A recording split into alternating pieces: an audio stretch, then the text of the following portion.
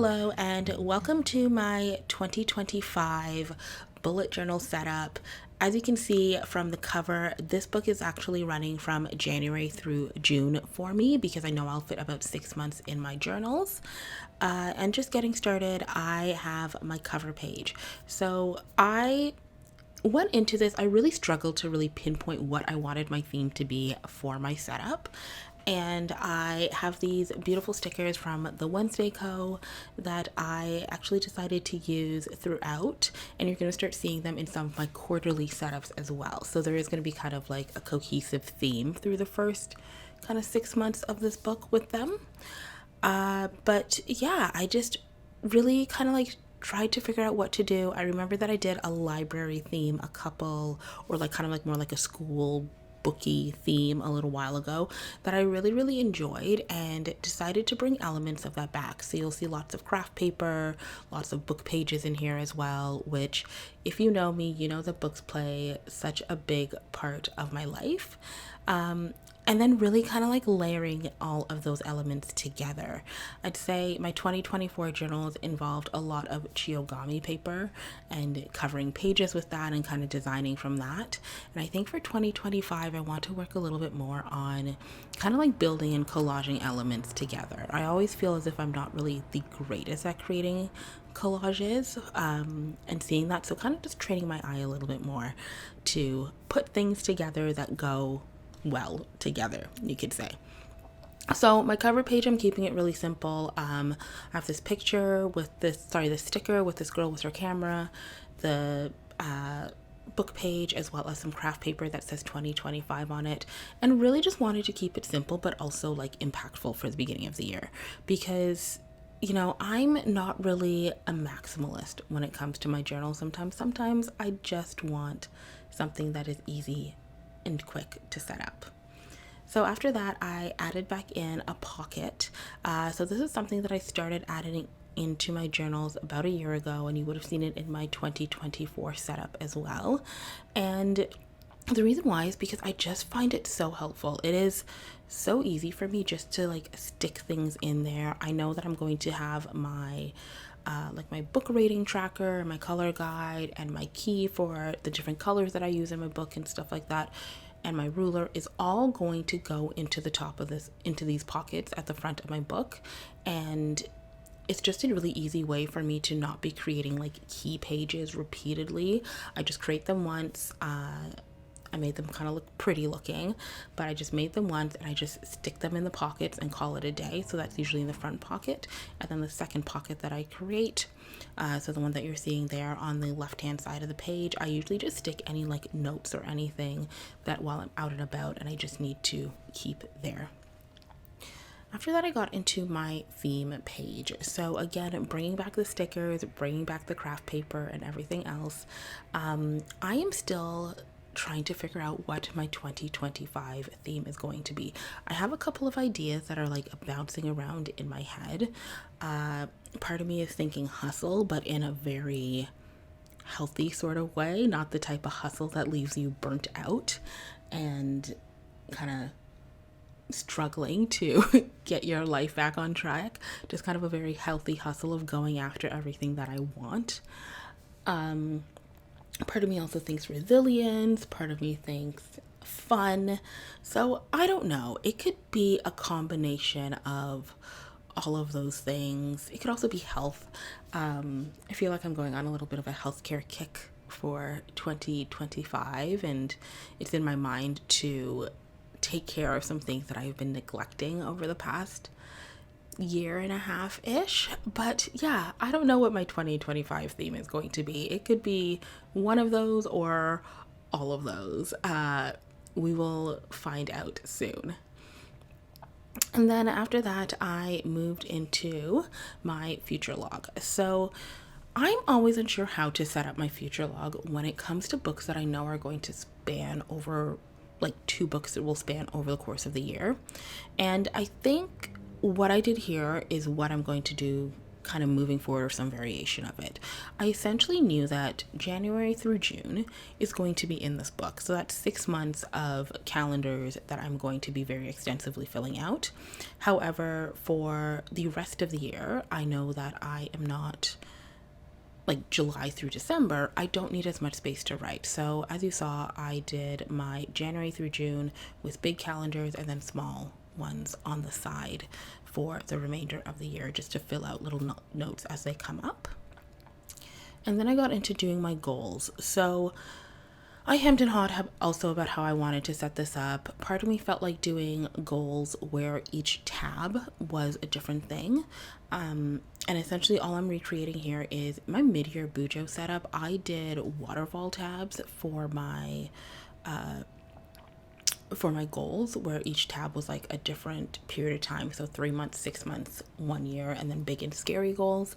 And I really debated whether I wanted to do that again, or if I wanted to create the tabs to be like personal, business, health, potentially like finances, like how I wanted to like break that down. I ended up defaulting to doing the 3 months, 6 months, 9 months, 6 months, 1 year, and big and scary, just because it felt a little bit better, and it wasn't taking up as much space or wasting as much space.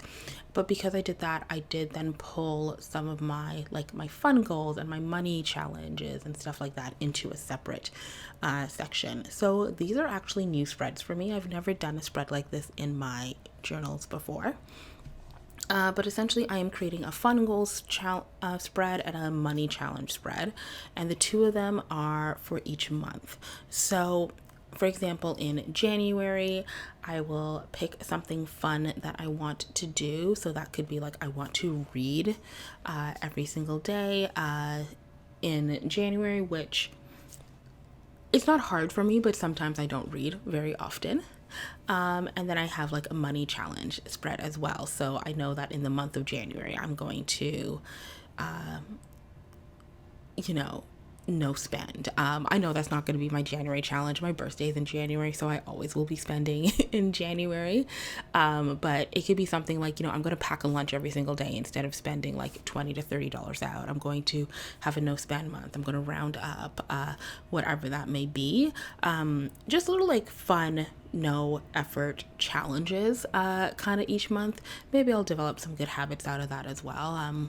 I find that when I eat food out, I don't always love it, but just kind of starting there.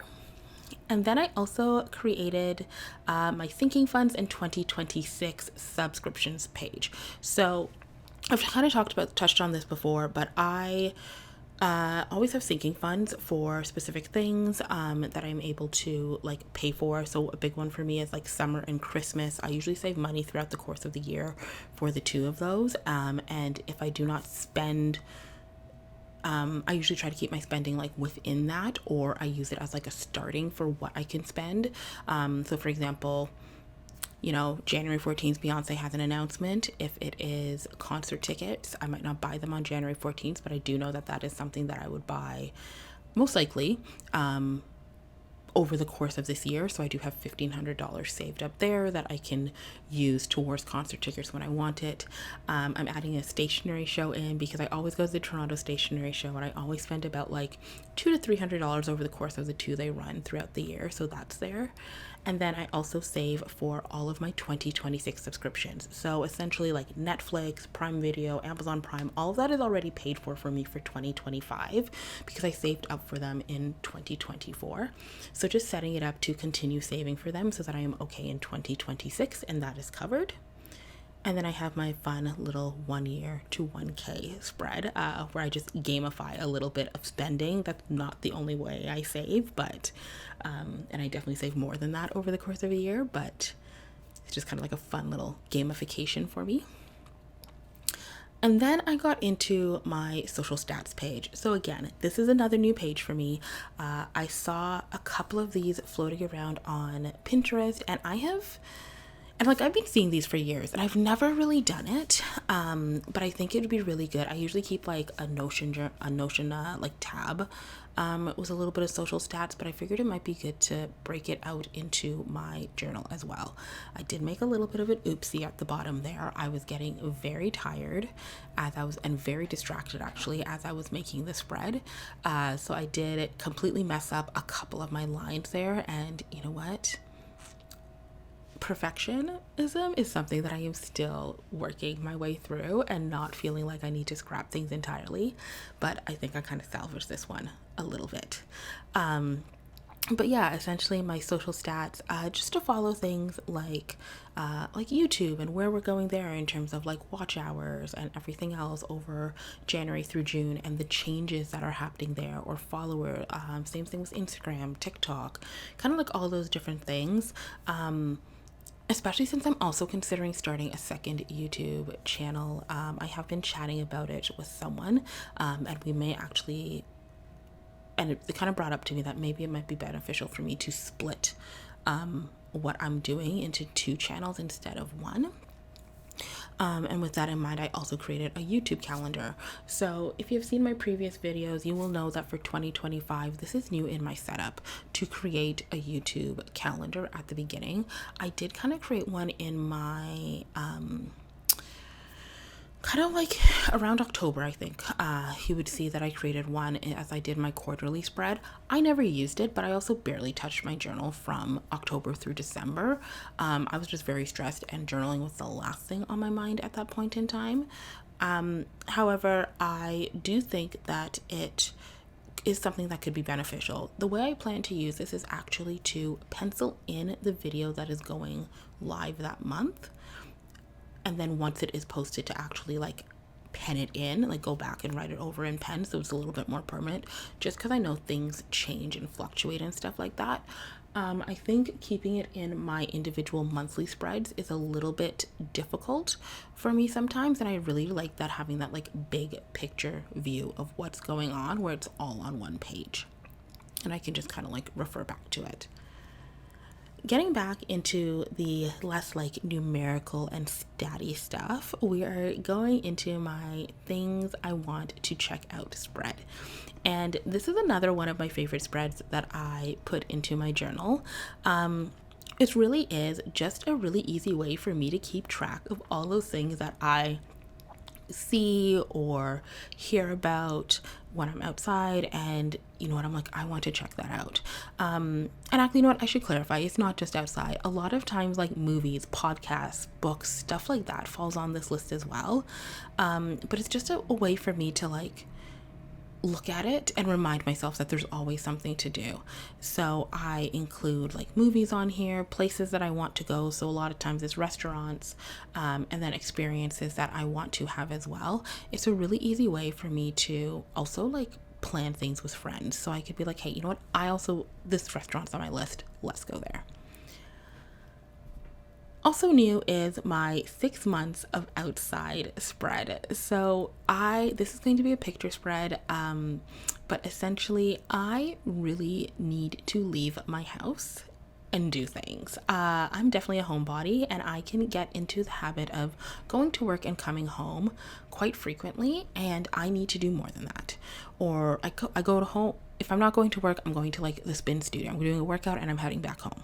So 6 months of outside is essentially each month I am going to plan to do something that is outside of my house. It could be a paid activity, it could be an event, but it has to require me to leave my house and interact with other people. I already have an idea of what it's going to be for January, and potentially February as well, but we are leaving our house in 2025. And then I got into my book spread. So, you know, I had a book journal in 2024 and I barely used it. But what I was consistent about doing was filling out my book tracker in my Bujo. So books might start making their way into this journal a little bit more. But we are planning to kind of like basically recreate that book spread that I did in my previous journal in this one. It's one of those things where if it's not broken, why change it? So essentially, I'm using another one of those stickers. I actually got 2 sets of stickers from the Wednesday company. One has is a series of like girls with cameras, and the other one is a series with books, girls reading. So obviously, I'm using the reading one for my book tracker. I have this giant square on the side that is just set out with 100 boxes that I could color in for each book that I read, and then I just have all my ratings on the bottom.